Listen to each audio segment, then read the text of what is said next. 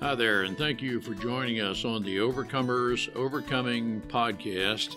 We feature those who are in the process of overcoming or have overcome any type of life encounter, life obstacle that at the time seemed to be almost insurmountable. With this podcast, we have three objectives in mind. Our first objective is we want you to know with a confident resolve you are not alone. We want to work with you. We want you to know there are others who are working with you, who want to help you through whatever you are encountering, and together we will get through whatever you're experiencing. Our second objective is there are multiple options for any life encounter you are facing. We want to help you develop a resolve that there are various options and solutions to any life dilemma. Our third objective is to help you with critical thinking skills. If you're encountering something that was possibly a decision you made sometime in the past, and if you had the opportunity for a life redo, you would make a different decision. We want to help you with those critical thinking skills that can help you make an informed decision and not encounter what you're going through at the moment. We are the Cooper Culture, a veteran-owned business. We work with business personnel and families to develop and sustain connected relationship cultures within their families and organizations. That type organization is one where people feel wanted, appreciated, and genuinely a part of that organization. I'm with my wife and business partner, Marty, who has helped me facilitate this podcast. Today we feature Nicole Richards, who discusses with us her transition from a long-held career of being a facial makeup artist and one who is recognized amongst celebrities, and she had a long career in that.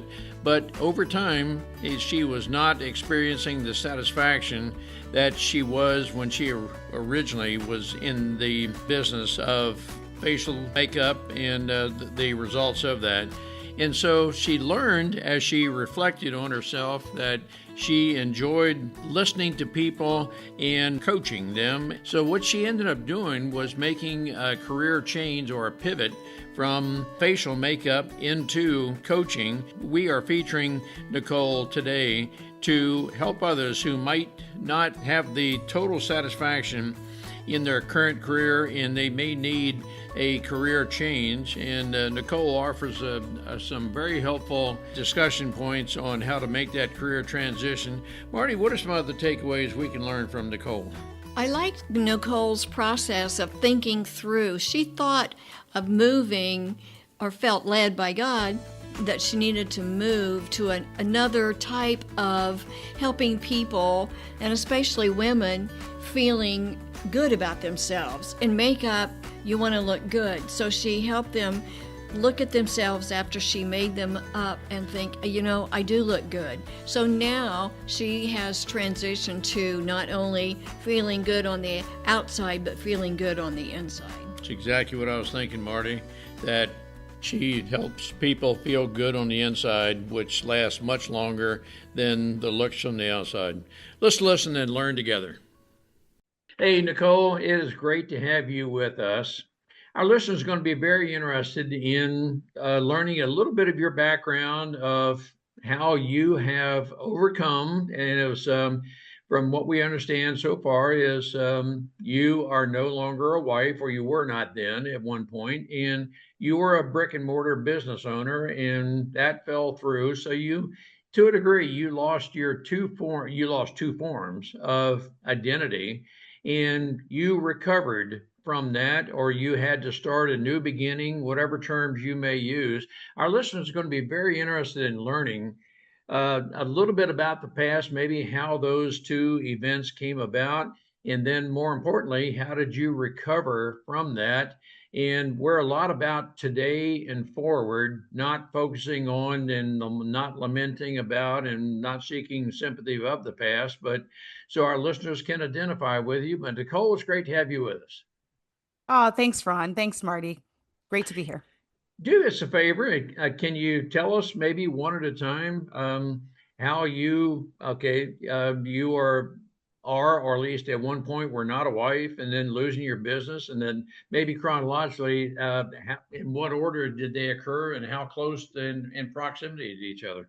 Yeah, sure. I'll start from the beginning. So I had a makeup studio. I was a makeup artist for well over 23 years. That was my first career. And I had built up my career to having a storefront, to having a team of 15 artists, and they would go out and, paint the town red on behalf of my company. And we worked in the luxury bridal industry in Toronto. I don't know if you've ever been to Canada, but I had a really great career doing that. I guess you could say I was in my Michael Jordan era. Hmm. It was going really well. I was a nationally published makeup artist, and I could go on and on and on. I did what I set out to do. And I would say that slowly I started to feel this chipping away at the idea of, I don't know, I guess we describe that as happiness, but really it was an unfulfillment. I was starting to feel like what I was doing didn't really have the meaning that I thought it did. I guess after 23 years and you're getting older, things change. And I would say at the same time as well, my marriage was in decline. And so I was a wife and I was a business owner. And I would say that I didn't know it at the time, but I was really tied into my identity being one of those two things. I'm also a mom, so I got to keep that title. Thank God. I like that title. But slowly, the title of Master Airbrush Makeup Artist, nationally published with a store and a team of 15, there came a day where that was no more. I felt, I guess you could say, a divine intervention or a divine request or a divine recommendation. I would say it was from God to slowly move out of that business and start to wind that down and go in a different direction. I wasn't happy about that. I didn't understand it. Like I said, I was in my Michael Jordan era. Why in the world would I close my business? But I listened to that still small voice that was annoyingly pestering me to to make a change. Obviously, I wasn't being, I wasn't willingly going along with this, but I did it, and it took me about a year and a half to service my last client, and that was in December. That was like December 2019. That was New Year's Eve to be exact. And Marty and Ron, do you remember what happened about 3 years after New Year's Eve 2019? Let's see, that would have been in 2023 or so. Like Okay, help me out. 3 months later, after New Year's Eve Oh, 2019. 3 months, COVID. Oh Yeah. gosh, yes, yes, yes, yes. Sorry, I might have said 3 years, but it was 3 months. 3 months later, COVID happened. So here I was wondering, why in the world did I need to close my business? And a year and a half later, COVID showed up and I got the answer. Wow. And so I went on a journey. My marriage had ended, my store was closed, and I went on a journey to figure out, who am I? Now that my title is gone, and I remember thinking when I closed my studio for the last time, I locked the door, and I remember looking up at the awning, and my name was on the awning. And I thought, oh my gosh, the landlord's going to paint right over that because that's what he does. He paints right over it. And then my title is no more, my store is no more. Who in the world am I? And so I went on a journey, I guess you could say a journey with God to figure that out because I had hit the pinnacle of success, the accolades and the title, and that became who I was. And who are you when you no longer have those things? And so that's the journey that I've been on. Wow. I am interpreting, and tell me if it's not an accurate correlation.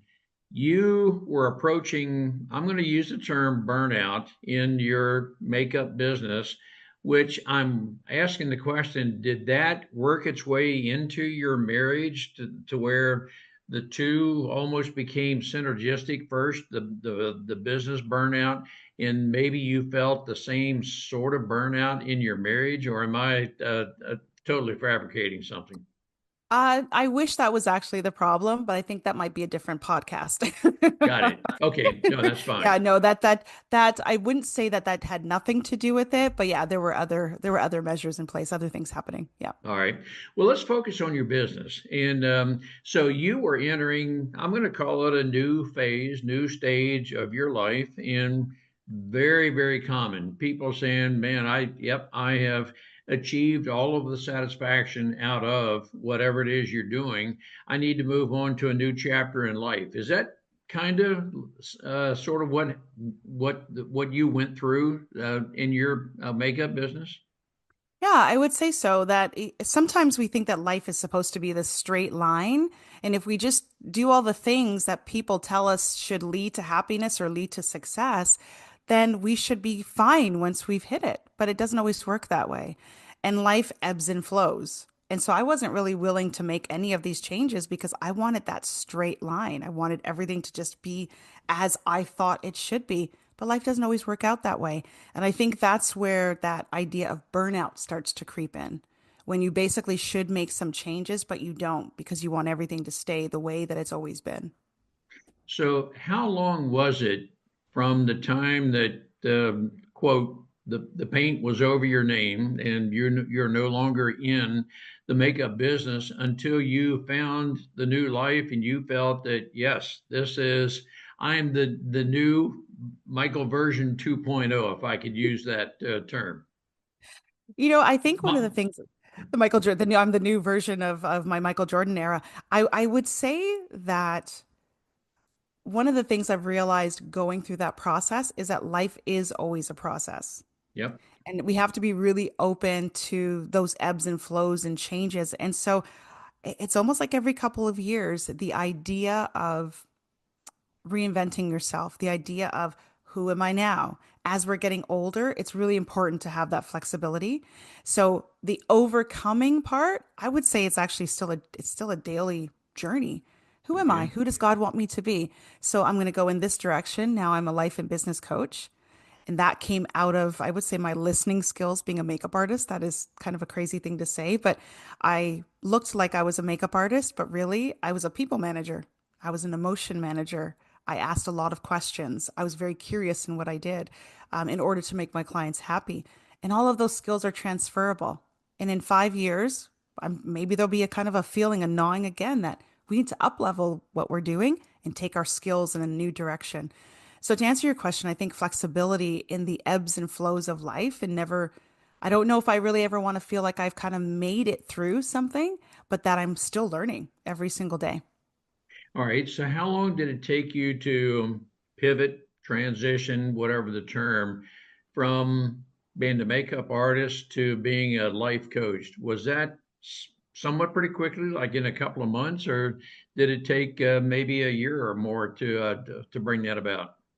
I started to ask myself questions about what am I good at and what do I like to do? And although I was providing a service of makeup artistry, one of the things I really like to do is talk to my clients about what they were up to and who they were. And then I also love to like the conversations with family. And I realized that what I was doing and being curious about who other people were was really one component of coaching.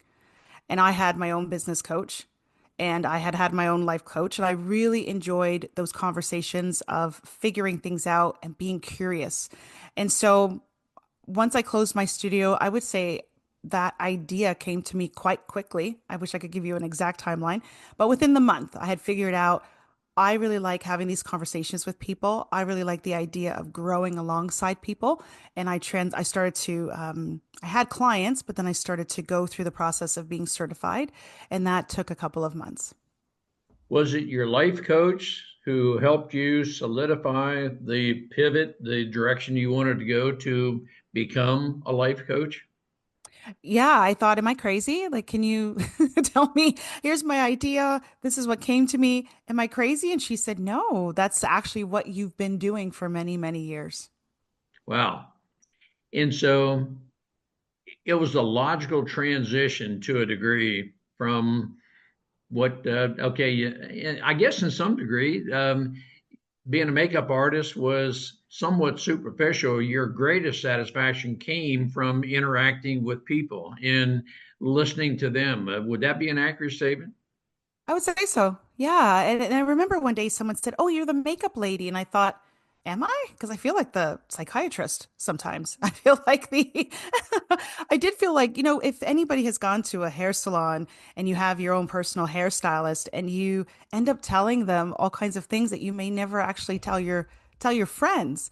And so I ended up in that position. And so I learned to ask really good questions because people would tell me their life story. Right. And so once you're out of problem solving mode, you don't have to solve anybody's problems, but you just ask questions, you can start to see the aha moment go off for them. And I really enjoyed that process. And it was cool to put it together and say, oh, I have been doing that for a really long time. And now I can do it in a greater capacity. I can tell you, Nicole, based on what you just said, we share a lot of the same spaces, the three of us.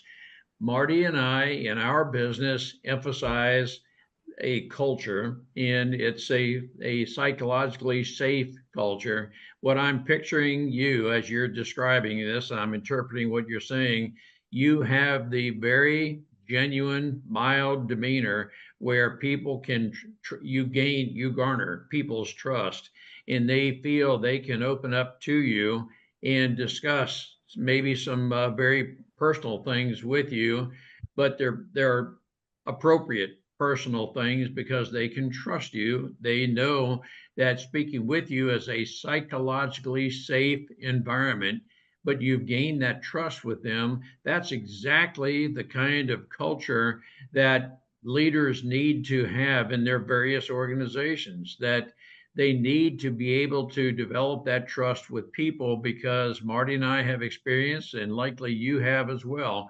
There's some people who, because of family culture and so forth, hold things in. They would never discuss things because, quote, that we don't do that as a family. Just get over yourself, or whatever term it may be. But you seem to be the type person who can, let's say, make the very best out of the person, draw the very best out of them.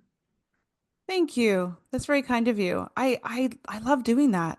I love seeing, and the two of you, I know that you can see this because you just told me all about myself. But I love being able to see the potential in someone and helping them see it too. And then seeing the surprise on their face when they're like, I can do that. Yeah, you can. I can see that in you. And let's actually pull it out and see where we can go with that. So you didn't actually take an aptitude test or anything like that, but it was through conversation with your life coach that she brought the very best out in you, kind of thing. And together you said, I think that's the direction I want to go. Is that, am I oversimplifying it, or not stating it accurately? When someone else can see that the best in you, when someone else can actually confirm and kind of validate the things that you're really good at, you get going so much faster. And I think that's why all three of us love the industry and the business that we're in. We get to help people move along in life faster in more directed way. So yes, my coach did help me validate that. Yeah, I can do these things. I can have these conversations, and I'm so grateful that she was able to do that for me. And now I get to pass that on.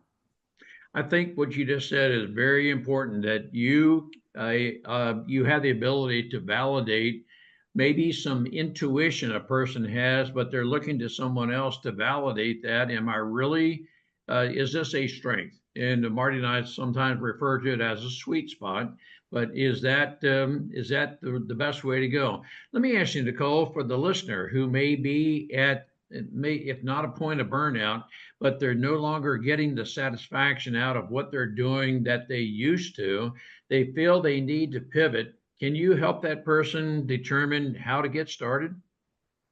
Yeah, I think the first step would be giving yourself permission to question. Ask yourself those questions. What is that kind of like gnawing that I feel inside where you might be going to work or you might even have created the business of your dreams and now you realize it's really not, as you said, hitting that sweet spot. It's not doing for me what it used to. Do I need to make a change? And really being brave enough to ask that question is the first step. That's a scary question. should I leave this relationship? Should I leave this business? Should I leave this job? That's a really scary place to be, especially if you've actually hit a pinnacle of success while you're doing it. The second thing I would suggest is to go through a process of rediscovery. Do you have a business coach or a life coach or even your therapist? And get someone else into the conversation. Ask, why am I having these thoughts? What do you think about that? And then I guess my third thing is to pray about it, right? Sit with yourself, sit with God, give yourself a chance to ask those questions. How does it feel? What direction do you think you want to go in? I think everything starts with being open to ask the question and then being brave enough to say, "Oh, that is the answer." And now let me see where I need to go next. And we are faith based as well, Nicole. And I want to ask you in the context of listening, did you spend a fair amount of time just sitting, listening to God to help settle, or let's say, the still small voice, as scripture refers to it, to have that peace that, yes, this is the direction I need to go. In your case, it's life coaching. But is that a process that you went through that you just had to sit and listen to God? Yes, and I would say it's a really important process. As I was deciding whether I was going to close my six-figure business, I did sit with God and I was very angry because I had hit the mountaintop. And what in the world was this feeling that I should be going in a different direction? And once I said, okay, I'll do this, it doesn't make any sense. I felt such a peace. And so what you described was something that was so beautiful, sitting with God and seeing what direction he'll go in. That's in that moment, that's not what I was doing. I was arguing with God. And of course, he wasn't arguing back, right? I was getting complete silence. And so I one day said, okay, I'm going to do this, but you have to tell me what I'm going to do next. And I didn't, of course, get an answer. And so that obedience actually saved my butt, I guess you could say, Yeah. because when COVID happened in Canada, events were over. They were over for almost 2 years. We were not allowed to have certain types of events. And if I had been stubborn and didn't sit with God, I would have found myself in a very, very different situation where many people lost their business. They lost a lot. And so I do take the time to sit and reflect, to also separate my feelings from what I feel like God is saying. And then, I have to compare notes, I guess you could say at times. What is God asking me to do? What is it that I want to do? Obviously, I should do what God's asking me to do. And if I do what he's asking me to do, can I trust him? Right. And so it's a process. It's a process of listening. It's a process of doing. It's a process of trusting. It's a process of having faith that that still small voice that you are hearing is going to lead you in the right direction. Now, I'm very interested in the transition and how you actually did this. In the context of COVID, and so just so our listeners know, we are talking to you from Maryland. You're in Canada. Um, and we in Maryland had a lot of businesses literally shut down. Schools are shut down. You have to wear a mask, um, and people were largely isolated. How did you actually start your coaching business? Did you go through formal training? Did you learn from the essentials from your life coach? And then did you start a virtual coaching business before you were one on one? That's kind of a broad, sweeping question. So I started coaching before I started coaching, I would say at the end of 2018, like into 2019, I actually had opened my business. So I guess you could say I closed one business and I had a runway into the next one before COVID started. And Great. everything, we were meeting in person when I could, but because it's the internet, we were also meeting online. So when COVID happened, it was actually already a beautiful transition that I had made because I had already started that business. Oh gosh, that's great. And so So you, I want to say, ask, I'm sorry. Um, During your time, what am I to do? You went ahead and started another business. Mhm. So you really were prepared for whatever God said. I was right, but I feel like I'm walking blindly, right? Like I feel like, okay, my coach has said this, it lines up with my skills. I can do this. I've already done it. But you are like I'm literally going into it blindly. So by the time COVID showed up, I had had at least almost a year's runway of being in this new business while winding down the other one. And so it's just, if anybody's listening right now, they're not sure of what direction to go into, I would say sit, take time, use the book of Psalms, pray through it, and see what God would have you to do because we never know what's coming next. And it may not make sense to you, the decision you're about to make, but who knows what it could be saving you from. I gotta go. Courtney came up. All right. I am. I want to ask you about income, and I'm not, Nicole, asking for numbers, but you, I'm going to guess, had a reduction in income, maybe not down to zero, but you had a reduction in income until your coaching business picked up and you at least were able to make a living out of it. Am I interpreting correctly? 100% because I had people working for me, which means I was acting like an agency. And if anybody has never worked with or for an agency, the agency takes a portion of what the people working for them are Hmm. making. And so it's the quickest way to duplicate yourself is to have other people working for you. And so then they were all gone. And then there was just me. So yes, the income like drastically went down, and it's kind of interesting because then during COVID, we weren't really driving, we weren't going places. So I don't want to say it didn't matter, but it almost didn't, if that makes sense, reflect my day-to-day living because there were so many things I couldn't do. I actually couldn't leave the country. I couldn't get on a plane, right? So there was no vacation. And so again, I feel like I had a little bit of a buffer of time to build a new business while winding down the next. And then our country was shut down. And so it just gave me even more time to dig into working on this new business, which then gave me time to build up. And now it's been 6 years. So you had, to use your term, about a year-long runway to transition from or out of the skincare and makeup business and start your coaching business. So I guess as you were calculating, can I make it monetarily? You said, "Yep, there's going to be a reduction in income, but I'll adjust to it. I'll live on what I have." But you had the wherewithal, you had the confidence that, "Yep, I'm going to build my coaching business, my fulfillment, everything, and everything has turned out well." Is that pretty much an accurate summary? Once a business owner, always a business owner. And once you've built something, you kind of have that in your blood. Yes. My I hit well over six figures with the business that I had, and I wasn't really sure how to do that as a solo entrepreneur. But I'm still on the way there now, getting back to where I was before.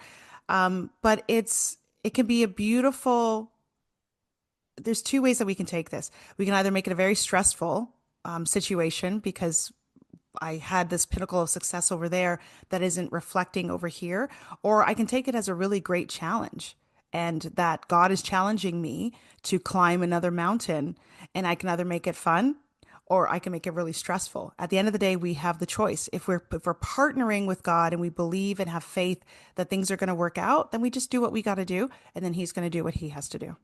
Yep. Right on. Nicole, I want to ask you, here we are recording, so don't be embarrassed to say no. Would you feel comfortable on another episode talking about your transition through divorce and how you're able to do that? As a faith-based person, I know some people say, well, faith-based people never get divorced. We're not supposed to do that. But then how do we recover from? Would you feel comfortable talking about that? Yeah, sure. If we focus on the how to recover from, absolutely. I'm not a shy person, nor am I feeling like I can't share anything, but like I have kids and I don't want them to one day in 10 years find something on the internet. No, But and yeah, thank you. And I'm yeah, not asking about recording now. yeah, I'm yeah. talking about another episode, Hmm. only that part of Yes. recovering from Yeah. and not going into gory details. There's Okay, no. brilliant. Yeah.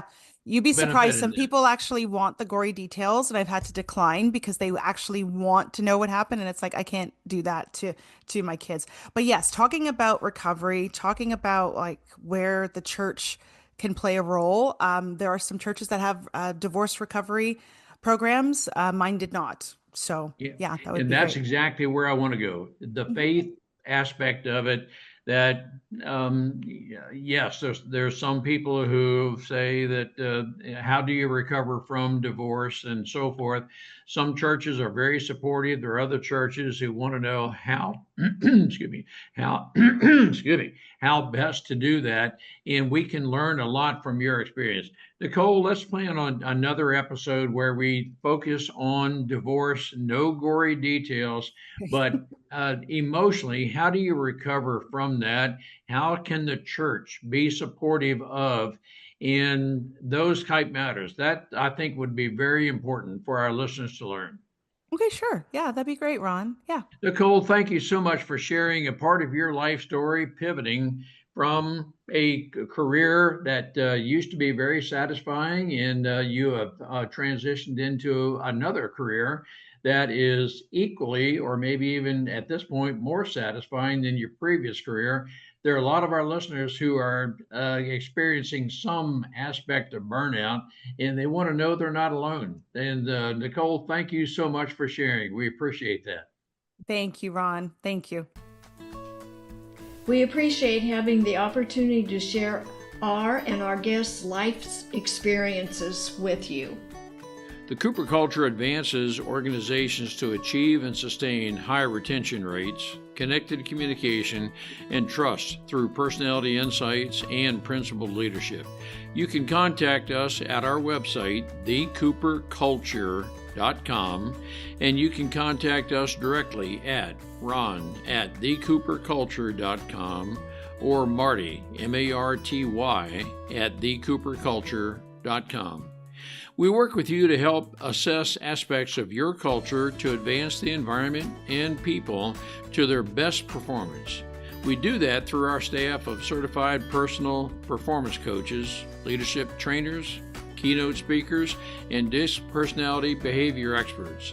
You can book a speaking engagement directly through our website by contacting us at ron@thecooperculture.com.